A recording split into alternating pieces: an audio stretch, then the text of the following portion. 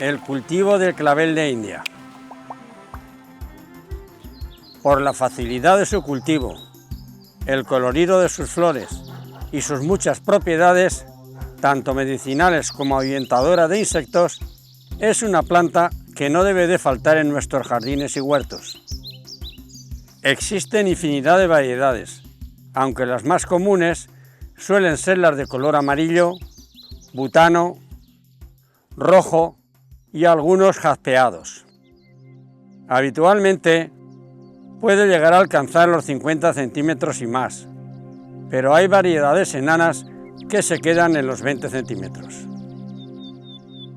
De la familia de las asteráceas, sería originaria de México y algunos países de Centroamérica, como Guatemala o Nicaragua, por lo que está considerada una planta tropical. En sus países de origen es una planta vivaz, pero en sitios de clima frío, aunque desarrolle bien en verano, a finales del otoño muere y por supuesto no soporta las heladas. Si buscamos una floración intensa, su hábitat natural son los sitios soleados. En la sombra no vegeta bien. Es una planta enormemente agradecida, pues su floración es ininterrumpida desde mediados de primavera hasta entrado el otoño. Más todavía si vamos retirando las flores marchitas.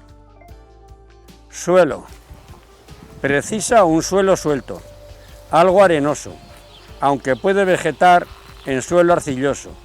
Eso sí, con buen drenaje. La mezcla de tierra de jardín con turba y humus de lombriz da excelentes resultados. Una buena fertilización sería NPK 8-12-16, pues un exceso de nitrógeno puede acarrear la instalación de algún hongo. Semillero. El semillero lo realizo al inicio de la primavera, tardando unos 10 o 15 días su nacimiento. Ver cómo hacer semilleros, primera parte. Cuando alcancen los 5 o 6 centímetros, se hace un repicado a macetas de unos 8 o 10 centímetros, para plantar en su sitio definitivo cuando haya desaparecido el riesgo de heladas.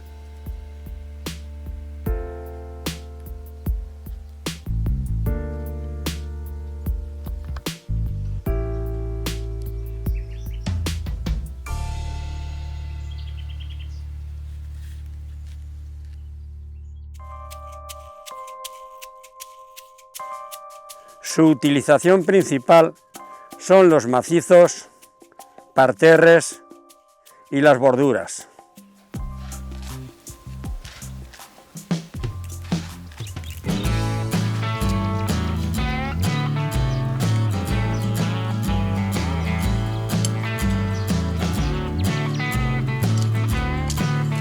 Plantación.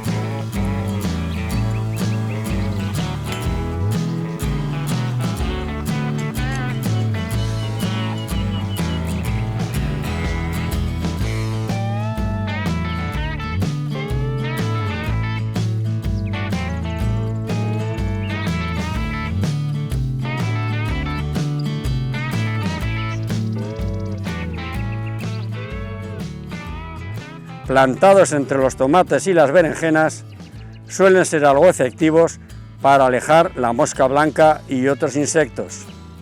También para combatir a los nemátodos, ya que sus raíces liberan una sustancia que impide el desarrollo de los nemátodos.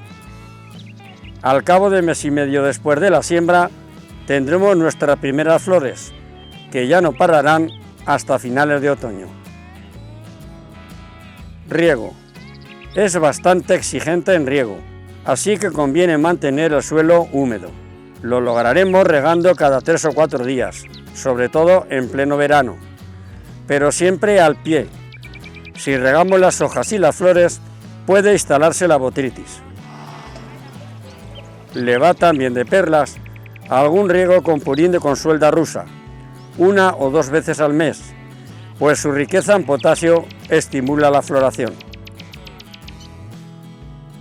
Plagas. No tiene muchas, pero hay que controlar sobre todo la araña roja. Un descuido y nos puede llegar a arruinar la cosecha, llegando incluso a producir la muerte de la planta. Controlar también los caracoles y las babosas, les chiflan.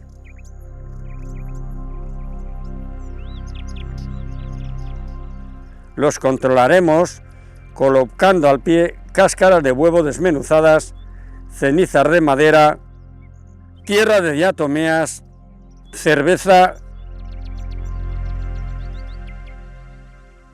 Como enfermedades tienen las más frecuentes Botrytis cinerea, virosis, septoriosis y la ternaria. Recolección.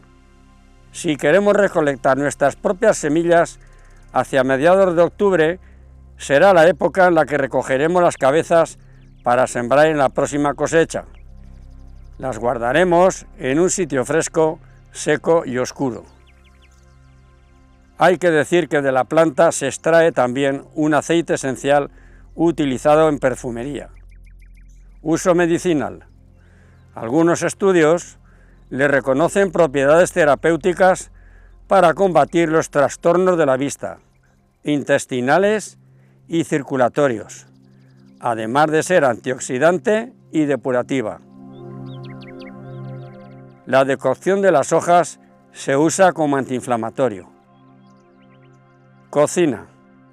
Aunque su principal uso es ornamental y el medicinal, en cocina los pétalos se pueden comer en ensalada, con un sabor que recuerda al del maracuyá. Hasta aquí este interesante y fácil cultivo. Espero que este pequeño trabajo os pueda servir de ayuda. Nos vemos en el próximo tutorial. Hasta la vista, amigos.